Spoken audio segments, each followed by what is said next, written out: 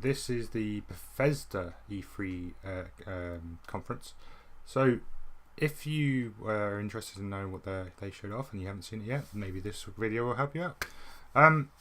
Yeah, Bethesda's kind of a weird one for me. I mean, I don't mind like Fallout and like Elder Scrolls and stuff, but most of the other games from them I've never really put any effort into playing. It's a weird one me doing this one, if I'm honest, but I'll do it from that sort of point of view so you sort of understand where I'm coming from.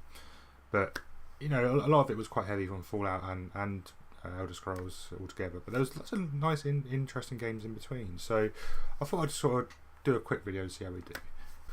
So the first announcements that Bethesda showed off was that they've been ranked #1 publisher of the games for the last year. So that's every game for every like console they've been ranked highest, which is a nice accolade to have straight away. So I'm sure they'll use that on their advertising things in the future. So yeah, you'll see that everywhere. First, we like mentions from the commentators there. It was the friends at Walmart Canada who decided to show off Rage 2 early before it was supposed to be announced. There are lots of comments about that and how they can't keep secrets and things, which was quite funny, so quite a good laugh. Rage 2 was shown off to kick off the show. Well, I say Rage 2 was shown there to show off the start of the show, but it was actually a cringy rock band that they played beforehand. They just kept saying Rage, Rage, Rage for some reason. So yeah, kind of strange, that one. It was funny just looking at the crowd and seeing how many like stone wall faces there were in the crowd. They just weren't interested in being there. It was really funny. Yeah, so basically the idea of Rage 2 is like well, I've never played Rage, so again, like I said, not really sure. But Rage 2, asteroid hits Earth, yet another apocalyptic game, like I mentioned in the Xbox video. They just seem to be popping up everywhere at the moment, which, if you like that thing, then I suppose it'd be fine. But yeah, Earthlings versus like mutants in like a massive survival apocalyptic first-person shooter. Visually looks stunning. The alpha build of the game they showed off. But yeah, they showed a mission in game, and it basically reminds me a bit of like a Mad Max sort of world with like a Halo guns aspect. So like a futuristic but not kind of thing. It was weird. It was a weird way to describe it. From in spring 2019. So yes, so not far away, I suppose. Not a few months to wait. So cool. Next game, Elder Scrolls Legends card game was shown or spoken about. So it wasn't really shown off at all. Apparently it's been released for a year. I've never even heard of it. So maybe I'll come and have a look at this. It's available on mobile. But it's coming to Switch, Xbox and PS4 very soon as well, so maybe I'll hang off till the Switch version's out and play on there. I think the Switch is probably better console to play these games on, especially if you're on the go quite a lot, and it's getting that Wi-Fi connection for the console. I think you can't always do that out and about, and I've had issues connecting other places before, so that could be a problem. But it's also available on mobile, so if you feel free to download on there. Yep, so they kept on talking about Elder Scrolls, on mainly the online game, which I've heard mixed opinions of a lot of Elder Scrolls Online. A lot of people say it's good, and lots of people say it's bad, and then there's like an in between, like it was bad, then it was good, and then it's bad, and now it's back to being good again. So take that rough as a smooth of that, I suppose. But they've got a new part coming to the game, which is Somerset, as summer as in like the season summer, not like Somerset like the place in England. But yeah, apparently there's 11 million players playing now, 1 million extra this last year, and it's been named the MMO of the year for the last 3 years, so must have improved and must have done alright. So either that or there's not many other MMOs at the moment that are actually any good. But I'm not really one of these MMO players, so it's probably not for my sort of audience anyway, but I'm sure there's some others that may enjoy it, so there you go, there's some details about it. A new Doom game was teased, Doom Eternal, which is a sequel to the previous remake of Doom. So it looks pretty cool. They showed like the Hell on Earth area of Doom, which is always like the big scary like demons everywhere and dead skulls and fire and things everywhere. And it looked pretty cool. You really sort of like, it wasn't really a trailer as such, it was just sort of here's the main protagonist in Doom. I don't know his name or anything. I think he's like a space marine or something. And he basically just puts his foot on a skull and then just puts his gun up and starts shooting, and then end of the trailer. good. I mean, fans are asking for more and more, and they basically delivered on their promises. There's more demons in game and more like areas and things, so they seem happy with it. So cool. I will be picking up Doom very soon, because I've still not played that one. I've heard lots of really good things about it. That and Wolfenstein as well, which I've not even played that one either. And that one from visually looks stunning, so I definitely want to give that one a go. Next game was Quake Champions, basically called a fastest and most fun shooter period by the guy on the stage. Didn't really look like it to me, if I'm honest. I think Quake's definitely aged poorly, and this is the new game they brought out, Quake Champions, and there's been lots of talk about this the last couple of years, and I've seen a bit of the beta gameplay, and it just didn't look like there was much going on visually inside. But I suppose Quake's always been about the actual gameplay rather than the actual visuals and map areas, so I think that's pretty cool. It's nice that they're continuing it. It's been like 20 years of Quake, something like that. 1996, I think he said 22 years, something like that. So that's quite impressive how long it's been going on still, and it seems to be still a massive fandom for Quake, which is great. Yeah, great. More power to him. Fair enough. The guy also mentioned Quake dads, and I was a bit what? I think most of the crowd were like, eh? Quake Champions is open all week for free to play, so hopefully if you want to give it a go, you can give it a go right now. And we're moving on to the next game. The next game is Prey, which has been out for a year now. Not really one I've picked up either again, but like a spacey sort of alien sabotaging area game. I didn't quite understand what was going on, if I was honest, with this one, but it looked interesting. I like the update they brought to it, called Moon Crash.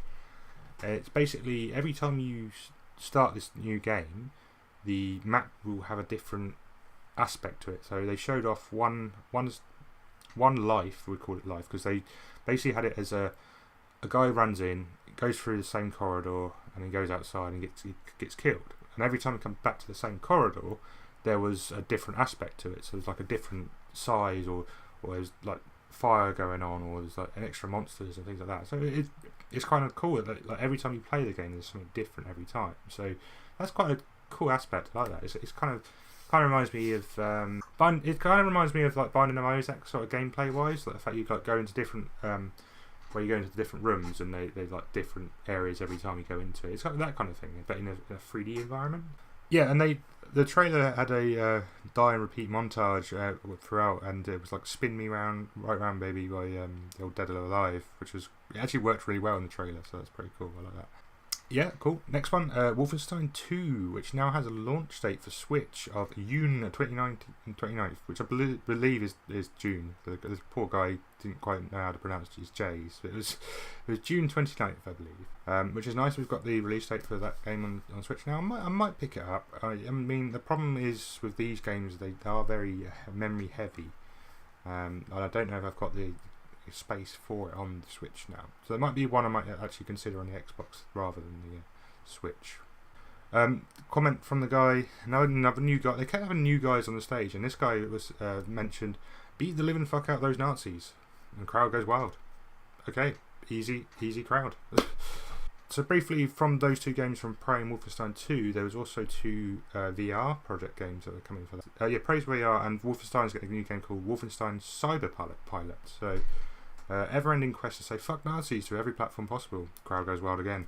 Everyone hates Nazis, obviously, but crowd kept in cheering for everything. It was weird. More on top of Wolfenstein, there's a new game coming called Young Blood, which is a story of the twin daughters of BJ, the protagonist in the Wolfenstein series. It's coming in 2019, and it follows the daughters of him, and basically it'd be like a co-op like gameplay available when you play one of each of the sisters. So yeah, it's got some good potential there, and some interesting parts of that. So I'd like to see how it performs in the future. Very good, very interesting. And this is where the whole aspect of the Bethesda show just turned up a notch, because Todd Howard appeared, who was the game director from Bethesda, and he announced that he's been there for 25 years, which is a long old time to work for one company. Fair play to you. I mean, he must be paying you enough by now, but They come up with the first thing he showed off on display was the best joke of E3, I think, is the E3 Alexa. So you'll be able to play Skyrim on Alexa. This obviously is not true, but it was quite funny in the actual montage that they They're literally taking the mick out themselves, saying they're going to put Skyrim on everything, which they pretty much have by now. So, Fuzradar! So next is Fallout 76. The trailer that was from the Xbox show was also shown again. But then after that, there was a bit of brief gameplay footage of inside the vault and then leaving the vault. And then there's a big pan out from the whole map where you could see like everything going as far as you can see. And like you can see different weather effects and things in the distance, which was one of the things they mentioned while on the stage.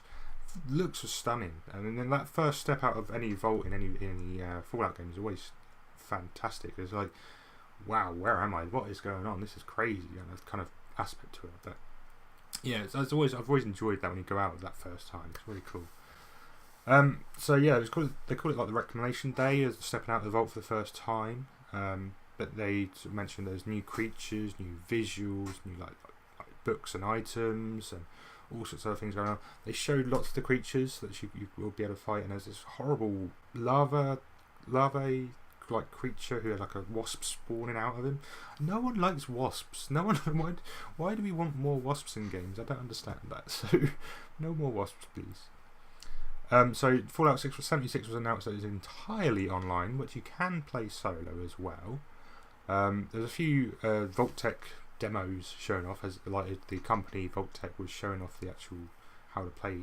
Basically, a rocket hits you, and then like you get this sweet revenge on this guy. You shoot him with this gun. It's basically like a shotgun grenade launcher like thing, which explodes his head. It was really weird, but yeah, it seems a lot more. You could run into people who are going to just troll you, but you also like meet up with friends and go on a scavenger everywhere. I think they mentioned that like it's going to be limited to like 12 people online at once in each area. So I think that will probably balance out a bit better than when I first saw it on the Xbox thing. I was like, well, we're going to have like hundreds of players just suddenly just spawn into one area. That didn't quite feel like a Fallout game to me. But the way they said, like, yeah, it'll be about maximum of 12 players around, and that's including your friends if they join. So at least that gives that sort of element, the fact that you can still have that area to explore and not have to worry about a few players for a few miles, things like that. So it's a bit more sparse in areas and spread out. So I like that. It's good. So multiple nuke sites was mentioned. There's nuke sites in the game, in the maps, and you can literally go into these nuke sites, attack everything that's in there, and start launch codes to launch a rocket anywhere on the map, wherever you wanted. So if you knew like an enemy player is in one of these areas, you could go for that nuke player area, fire a missile over there, and then go back into that area afterwards to go and get all the Fallout materials and things like that. So there might be extra things to pick up and stuff like that. So it's an interesting idea, and it's nice that they've added nuke. Everyone loves a nuke in a game, surely. But yeah, it's cool. I like the idea of that. It keeps that competitive sort of aspect going. Like, is he going to shoot this at me? I'll go and do this one and shoot that one at him, and things like that. So it's cool. I like it. And then a beta was announced, which they now called it the Break It Early Test Application, which I think every beta will be named that from now on, if I'm honest. So yeah, cool. And that will be nothing announced when that we play, but I think a lot of people have been invited to it already, so it's interesting. So there was a special edition that was mentioned. It had a glow-in-the-dark map available for basically the Fallout map was all there, and then they had the like little figures you could put on the map as well. I don't know if it's sort of so you can sort of plan out where you've been, where you haven't been. That's kind of a nice idea. And also a Fallout T51 helmet. You can literally wearable helmet. Has a voice changer mode thing on it, so you'll be able to play on there as well and use that. So that's very interesting. I'd like to see how that goes in the future. So cool, nice one. And that Fallout is coming in. Fallout 76, sorry, is coming 14th of November 2018. So not very far away at all. It's only a few months. Very good. This year. Oh, Fallout Shelter. Fallout Shelter is announced for PS4 and Nintendo Switch. So yeah, my poll was right. I put a poll out on Twitter to ask whether Fallout would be coming to Nintendo Switch or not, and looks like I was right. Yes. Okay, not quite the Fallout one we wanted, but it's still come out, so that's cool. No complaints here. It's one of the most downloaded games from Bethesda, and they've downloaded more copies of More copies of Fallout Shelter have been downloaded than any other all their other games. So that's interesting. Weird. Cool.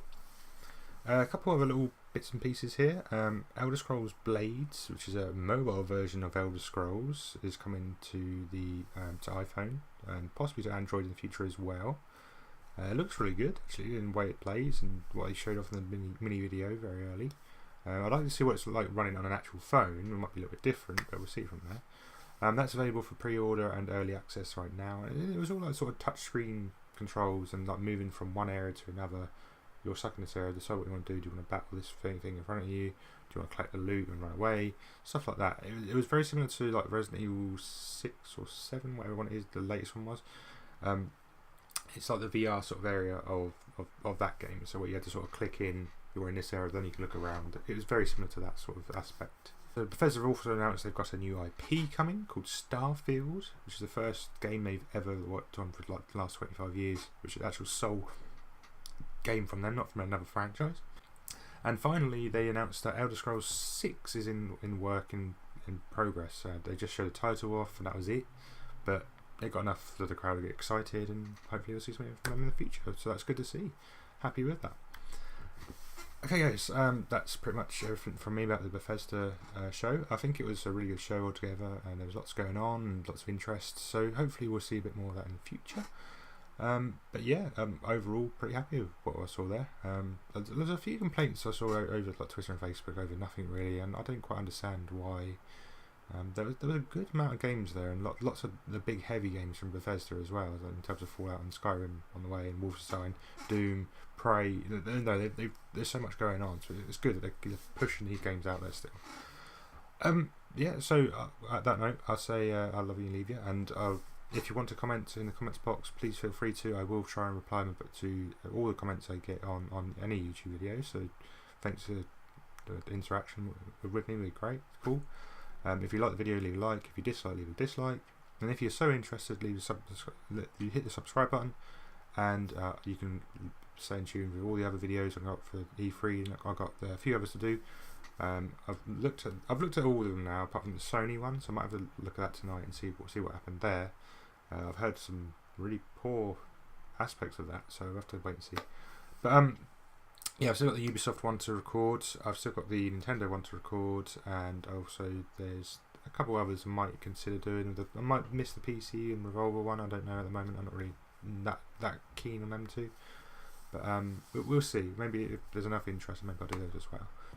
So yeah, cheers guys, thanks for tuning in. If you liked what you liked, leave a like and I'll get back to you, and comments would probably be great as well. So cheers, thanks for tuning, and I'll see you all very soon for the next video. Bye bye. Yeah, so